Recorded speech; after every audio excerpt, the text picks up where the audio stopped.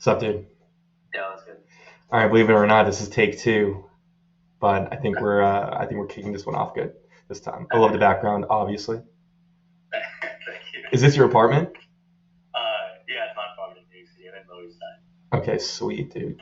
Well, I appreciate you hopping on and going through the story. I think me and you have known each other for how long has it been since New York Tech Week? I think it's been 4 months, 6 months. Yeah, yeah, it makes sense. Okay, cool. Yeah, I saw a tall Indian man, and I knew I had to come over and say hi to. I think I approached you and your brother first. Oh my God. Yeah, I felt that. Meeting of the minds over here. Anyways, man.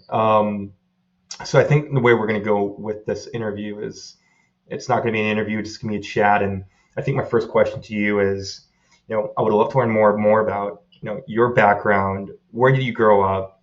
How did you even get this entrepreneurial itch? I think for everyone, it starts at a different point in their life, whether it be a family, whether it be their environment, whether it be school, whether it be college. I mean, for you, where did that start off? Yeah, it's a good question. So I was born in Mass, and I moved around a bit when I was younger, but essentially like grew up in Massachusetts, like Central Mass, really. And then growing up, like both my parents are entrepreneurs. My dad especially is like not like a tech entrepreneur, more like a small business, like small business in Massachusetts, right? Hmm. And growing up, like I kind of always heard my dad like it's like off like he would randomly be like, oh yeah, like I don't have to ask anybody to like pick you like to go on a vacation with you, right? He'd be like, oh yeah, like want to go to like a game tonight, Yeah. or like want to go to a game tomorrow, pick you up from school, right? And like implicitly, or even explicitly, he would say like, oh yeah, like I don't need to ask anybody, so I can just come whenever.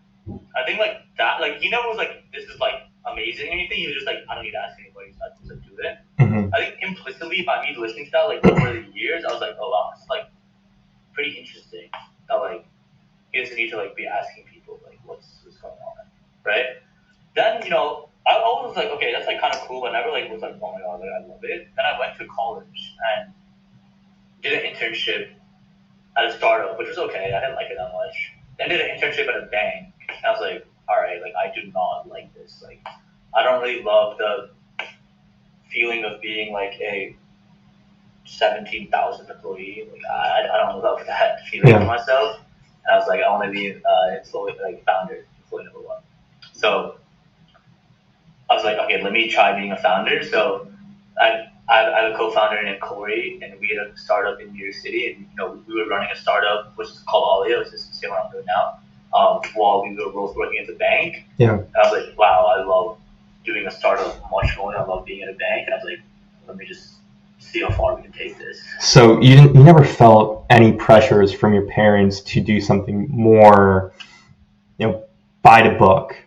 I feel like, from my perspective, somebody Yeah, who's a son of immigrant parents, a lot of times it was, become a doctor, become an investment banker, do consulting, and then you're kind of corralled into these avenues via college. I went to NYU, and a lot of that was very by the book, by design, and I think that's kind of manifested of itself in terms of my career.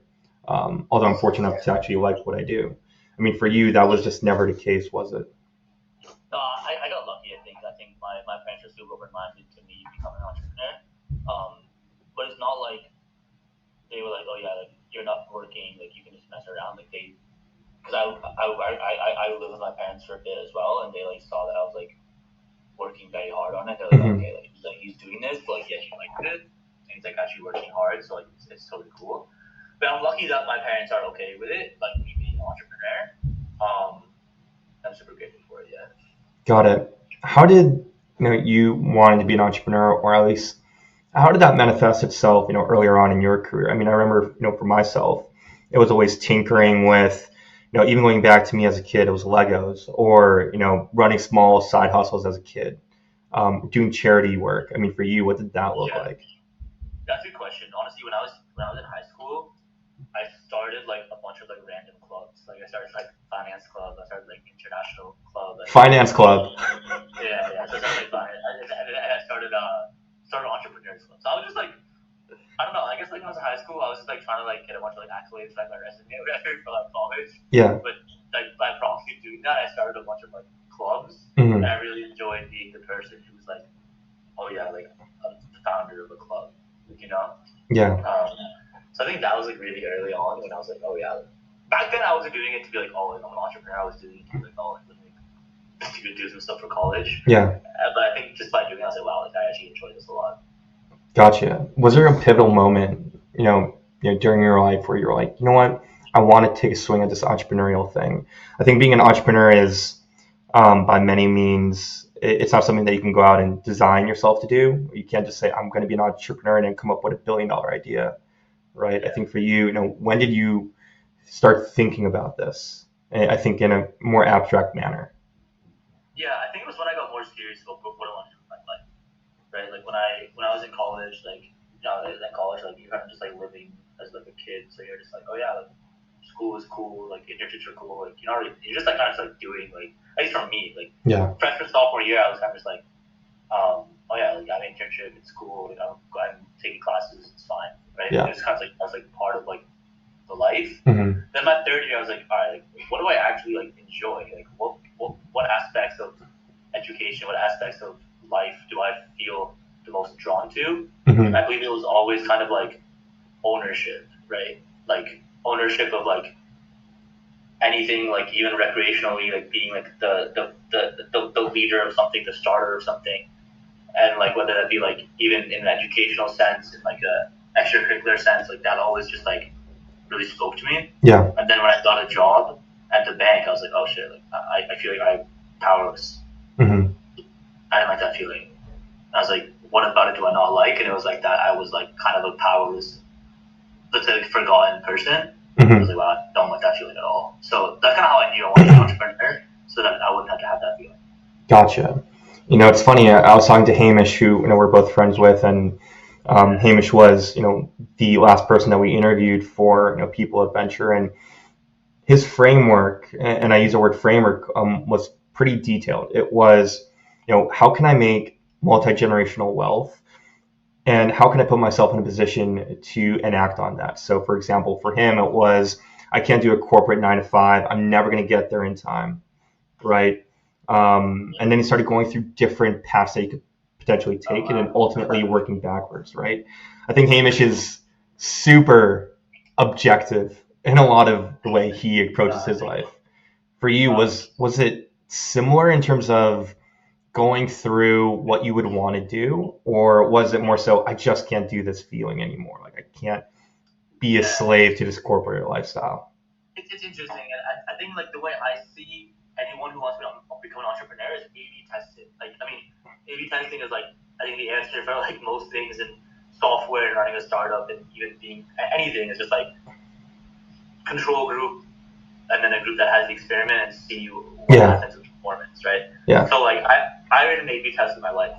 So I ran an A/B test with my emotions and my life while working at an internship. So essentially like all day I would work and I would like be very focused on that and take it very seriously and try to enjoy every part of it and try to learn. Like not just to go through the motions, but like genuinely try to be like a good person there. Yeah. So I did that during the day. Then I would come home with my roommate. We would then do the startup at night, right? That would A/B test like what are my emotions like, like how am I feeling, like am I happier, am I more stressed, do I feel more empowered, right? Like what are my emotions like? And did that for 5 months. So for 5 months, 6 months straight, we did that. And eventually, so the internship was like 6 months long. It was like a internship. So Yeah.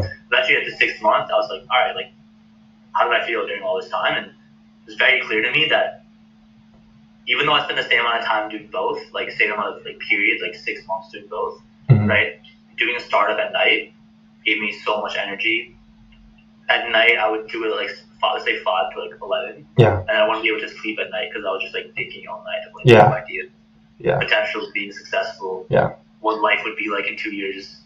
And I never found myself daydreaming of what would it be like to be a bank for the next 10 years. Like I never would have seen thinking that, and I never woke up excited thinking about that. But every day I woke up dreaming of becoming a great entrepreneur, and woke up excited about the prospect of becoming successful as a startup founder. Yeah. I was like, holy shit, like it's pretty clear to me which one my heart is in and which one like gives me energy every day. I love that. It's like I always tell people it's working 9 to 5 and 5 to 1. Yeah, Right. It's literally, you quit your internship or day job and then you just go straight to your computer and then you just log on and you just commit the next like few hours towards just building it out. Yeah, exactly. And like, I was like, although obviously like back then we had no customers, we had no business, but I was like, I believe if I can have this feeling and have it replicated every single day, compounded that every single day, it will lead into great results if I take it seriously. And I was like, I need to take it seriously. Yeah. Was this your first startup? Yeah, for sure. Okay. It's rare that somebody becomes as successful as you guys are on their first, swing at that. And obviously that's huge kudos to you guys. I think it's interesting that you say that because like our entire mindset running a startup is like the company Alia, like whatever Alia was before, whatever it is now, whatever it will become successful, right? Yeah. So like that was our mantra every single second while building. We were like, it's me and my two co-founders. It doesn't matter what's gonna happen. Like the company Alia will be a successful company.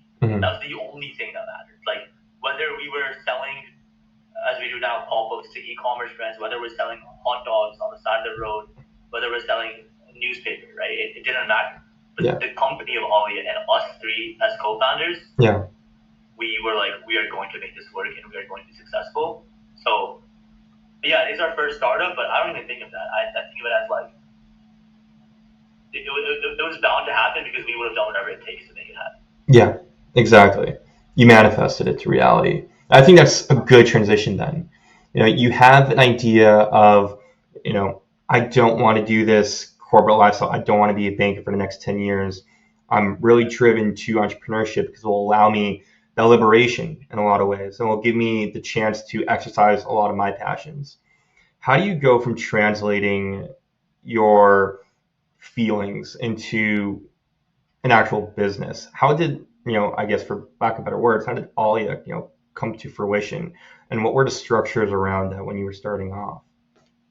Yeah, that's a good question, right? So essentially like what happened was my mom used to sell Indian clothes in Boston where I'm from, right?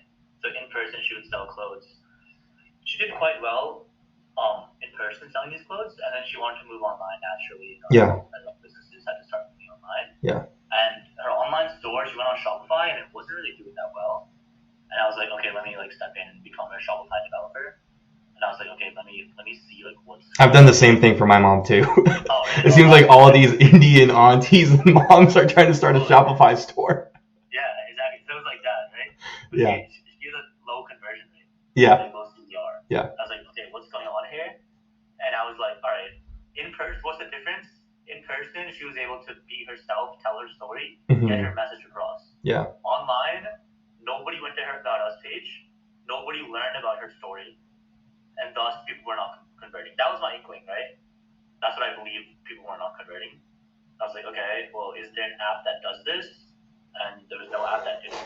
I was like, okay, well, I have friends that are smart. Let's get together and make an app. So then this is what we did. Yeah. And, it was just like, okay, let's see how it goes. And it went like, okay, but we were like, this can be applied to other stores. Then we launched and went to, a bunch of other stores too. But yeah, that's kind of how it got started, right? I feel like it's seeking opportunities where there are like other people might not see them, right? Like, yeah, like my mom asked me to be a part of her Shopify store. I could have just ran it and, just like download some apps and that's it. But like, because I feel like I have an entrepreneurial mind and like, where are there issues? Okay, there's an issue. There's no solution. I'll make it myself. Yeah. I think seeking opportunities where other people don't see them is what makes entrepreneurs great. Yeah. I love that. It's not just being complacent, right? It's being not a passive user, but an active one in a lot of ways and finding those holes and being focused on that. Exactly. I think the best entrepreneurs find problems in everyday life, solve them, and those solutions become massive companies. Yeah. Gotcha. So run me through an initial, month of Alia. what did that look like? You have this problem. You're working with your mom on her Shopify store. I worked with my mom on her Shopify store, and it was constant nagging of like, we have to get this template up. We have to get we have to get these sales in. You have to set up my email. You're managing that, but also at the same time, you see this issue. How did that come to fruition? Talking to your co-founder. Bring me through the first month.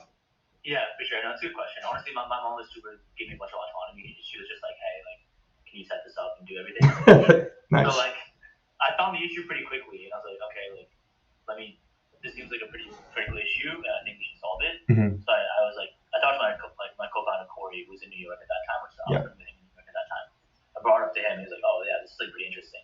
They were just ideating all day and night, trying to figure out what the solutions could look like. Mm-hmm. But really, our first month was just ideations, and it was just like, what do solutions look like? We entered our school's accelerator, mm-hmm. like incubator, to allow us to, understand better what running a startup looks like, right? So it went from that idea to being like, oh, this is like kind of a startup. Let's see what the startup world is like. Like, oh wow, startup world is pretty cool. Yeah. So yeah, just a lot of ideating, a lot of confusion, a lot of looking stuff up. Yeah. But like a lot of excitement, right? Like a bunch of excitement. What did the first MVP look like? Like pretty horrible, yeah. I think. Yeah. like just I went on Figma. I looked up gamification of education. I found like something. It wasn't even really what I was looking for, and I just I changed up a few arrows. I changed some copy. Yeah. This is the first template. Yeah. And then we ended up getting a CTO on board, and he ended up making like that potentially look pretty similar to what we drew up. Yeah. And it's changed a lot since then. But yeah, I mean, it's just like as easy as we could. We was like, let's go on Figma and find something. Yeah. How did you get your first client?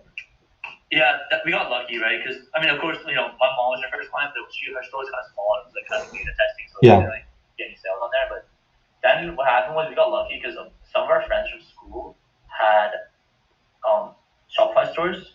So, and my co-founder's cousin had a Shopify store, and one of our friends had Shopify stores. There's like two people that just like were our friends, and they were just like, yeah, okay, you can figure out on my store, I guess. Yeah. Right. And they were, we were lucky enough to have people that were willing to help us. And I think every startup, when they get started, needs to just rely on people around them who's willing to take a chance on them or just like help them.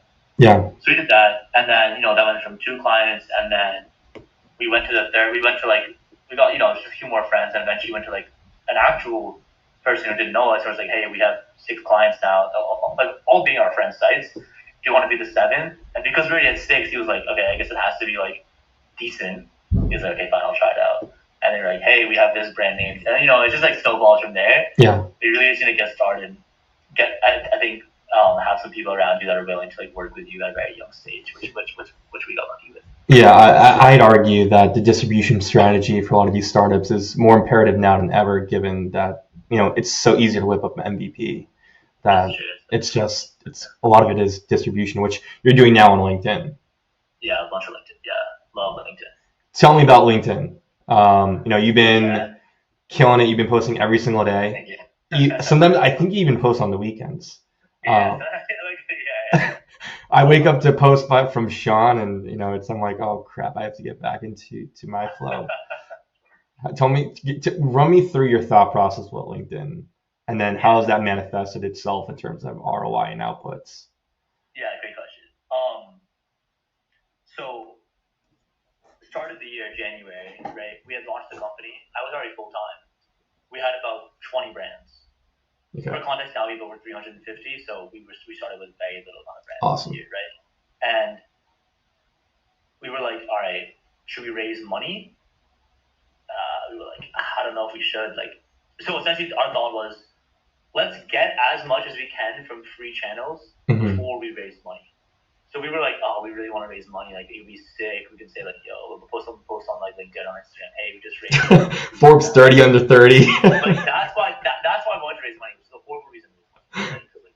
For ego is horrible. That's like the worst reason you could ever raise money. Yeah. We thought like that's like cool. So anyway, so we were like, all right, let's not raise. Instead, let's use our free resources. Like, what is free? Like, what things around me are free to use? And I was like, okay, if you post on social media every day, it's free. Okay, that's fine. Let's just do that. So I was like, okay, let's squeeze out as much juice as we can from stuff that's free Yeah. until there's nothing left there's nothing left there, right? So that was the initial strategy, and I was like, okay, if I post every day on LinkedIn, like maybe people will see it, maybe people will care, and it's free. And I made a promise that we would squeeze everything out of free channels, so I have to do it now. So I posted once a day on LinkedIn since the past 8 months. My co-founder has posted twice a day on Twitter for the past 8 months. Yeah. And yeah, I mean, I started to really enjoy posting. Like in the beginning, I was like, oh my god, what do I post? What do I post? And I was like, okay, like I'm gonna post some unhinged stuff. Like I'm gonna post stuff that people are gonna see and be like, why is this on LinkedIn? Like this is not like a real LinkedIn post. Like because essentially like you just cut through the noise, right? Yeah. I was like, okay, like people like when I post these unhinged, like pretty wild stuff. Yeah. Wild, but just like stuff that like you're like, okay, like, this is like pretty crazy thing to post on. Yeah, sometimes I see your post, I'm like, yep, this guy definitely whipped this up in his notes app and just press submit. yeah. Like in the beginning, I was like very cautious. I was like, oh my god, and then eventually I started posting. Like I was like, okay, like I loosened up my restraints on what I was gonna post, and then when I loosened that up, my post did better, and I was like, okay, I guess I should just post some like more crazy stuff. So then I was just like, okay, like those posts hit, right? So now LinkedIn has probably generated like honestly like over $100,000 in revenue for our company, which is pretty crazy. Holy wow! Yeah, and it's probably, I mean, I've met so many people, friends, partners, like obviously so many clients, agents, like so many people, and like the other cool thing is like I have friends from like high school or college that have me on LinkedIn, and I met this one guy just at like a bar. He was like, "Yo, I see all your posts on LinkedIn." I'm like, "Oh yeah, nice to see you." He's like, I don't even need to ask what's new with you because I always see what you're doing with your life. Yeah. And it's kind of cool, right? It's like people that you don't hang out with anymore get to see what you're doing with your life every day. It is pretty scary, doing it at first, right? I think for me, it was that initial, I think getting over the hump and that scariness, the apprehension that comes with the social anxiety. Were you getting a lot of hits? Were you getting a lot of engagement earlier on, or how did that come to be? Because you get a lot of engagement now. Yeah, I honestly got lucky though because I had all my college friends on LinkedIn. Okay, good. So I got lucky because honestly my friends are really supportive. Yeah. And they all liked it. And I was like, oh sweet. And then over time now it's like people in the industry who I want to connect with are not liking it. It's great. Yeah. But even back then, I got lucky because a bunch of my friends just liked my posts, and I was like, "Oh, cool." Yeah, I have a core group of LinkedIn, fanatics that are not even fanatics; they're just friends trying to throw me a like or two. Yeah, throw you a like. Yeah, exactly. So like, I got lucky with just friends liking my posts. I was like, okay, sweet. And then eventually it led into like LinkedIn liking LinkedIn's algorithm liking my posts, like just like wanting to boost my posts. Which worked out pretty well. Gotcha. So we're going to be wrapping up real soon, but in terms of your takeaways, you've been doing this company for quite some time now. You're still, incredibly young. Run me through, 3 takeaways that you have. I think the first one is going to be directed at, college students, right? I think you had the opportunity to build this in college. And what takeaway do you have, for, students who are contending with, a banking gig, a consulting gig, just in general? What do you think? What is your, main suggestion to them? I think college is the best time to experiment with a startup because you have a lower risk threshold. Mm-hmm. Let's say I'm working now. I was working at a different company. I'm trying to run a startup. Like it's difficult, right? Because number one, you don't really have the time, and if the startup doesn't do well, like you go full time, the startup doesn't do well, like you're kind of screwed because you don't have any money coming in. But when you're in college, I think there's a lower risk threshold because you can try stuff out. Let's say you do a startup and it kind of fails, but you join an incubator, right? Like, I mean, you lost nothing. Mm-hmm. And you can probably still do it during classes as well. Yeah. So yeah, like I would say, and also like a lot of colleges love giving money to entrepreneurs. Yeah. Like their startup founders, because it's like good looks for a college to like have a cool startup founder out of them. There's a lot of money that students don't even take, or like are just kind of given by the university, and students don't realize they're there. But if you are the one that takes the opportunity, you can actually get like a decent, not like a good amount of capital to start a business. Yeah.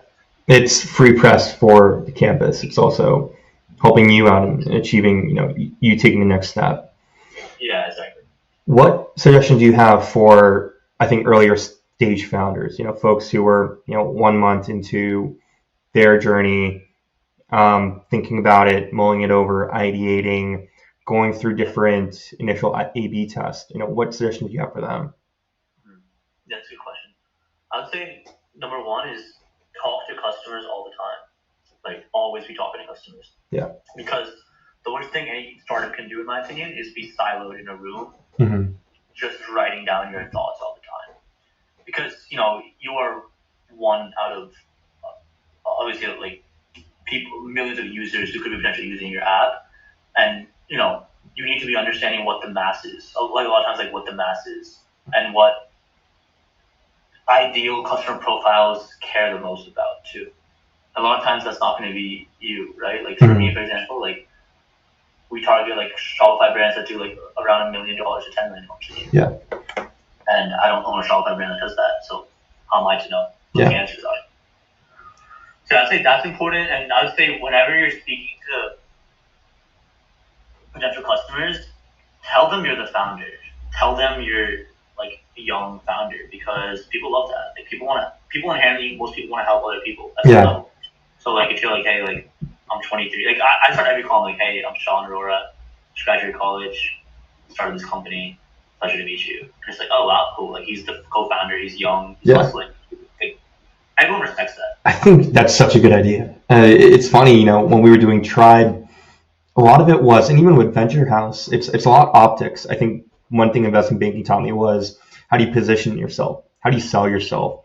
How do you optically, change the way people perceive you, right? And I think in a lot of ways we were wrong in that we were trying to show ourselves off as, I think, industry veterans and experts, but in reality we were just young kids trying to build software and ship it and build the best product possible. I agree. Like, I think every young startup makes the mistake of trying to look bigger than they are. Yeah. But in reality, if you just show how big you actually are, people are willing to work with you, and they actually are excited too, because they're part of someone's journey. I'm going to clip that. That was really good. Cool. All right. And then last one. What is the most interesting thing you learned or takeaway that you've had since starting this journey, or even over, the course of, your whole entire entrepreneurship journey, as a kid? What is like one unique thing that you were like, wow, I can't believe this is actually true, or I found this out? If your product solves a big enough need, some people will use it in its most infancy stages. Yeah. For example, when we were starting out, our product was quite poor compared to what it is today. Mm-hmm. Barely had any features. You had to call us on the phone to tell us to change stuff. And it was just not good. Yeah. But some brands felt that we were solving a big enough problem to where they were willing to work with us, even though the product was horrible. Mm-hmm. Simply because the issue was so big that if they could solve this much percent of it, they'd be very happy. So that's actually something I didn't realize was true. I've seen that in Wyson before, but I didn't know it's actually true. Like, if your company solves 10% of an issue, they'll pay you for it. Yeah. Interesting. It's the pains that companies are willing to go through in order to get the marginal benefit, which I think as founders we try to make everything perfect, but in reality they don't need to be in order to even just deliver the value that's worth it for the brand to continue with you. Yeah, I agree, and I think people are more willing to work with younger companies than a lot of startup founders might even think. Gotcha. Well, dude, I really appreciate you hopping on, giving me 40 minutes of your time. Where can folks find you? LinkedIn, bro. I'm all on LinkedIn, so hit me up on LinkedIn. Shaan Arora. I'm trying to get more involved on Twitter. I feel like Twitter's cool. Like, you can just post your thoughts and it's pretty chill. So yeah. Twitter's I am Shaan Arora. So that's my handle if you want to hit me up there. I also post on TikTok and Insta. I'm trying it. All right, you're showing too much. You can also find me on Instagram. LinkedIn 1, Okay, I'll include all links to all of those below. And then it's going to be alialearn.com. Is that correct? Yes, needing a new domain, but yeah, that's it right now. Awesome. Well, hopefully you'll get enough. I think you already have enough to just buy alia.com, but Always, we'll yeah. figure it out. Anyways, man, pleasure talking to you. I'll catch you next time. Thank you, man. Later. Peace. Okay.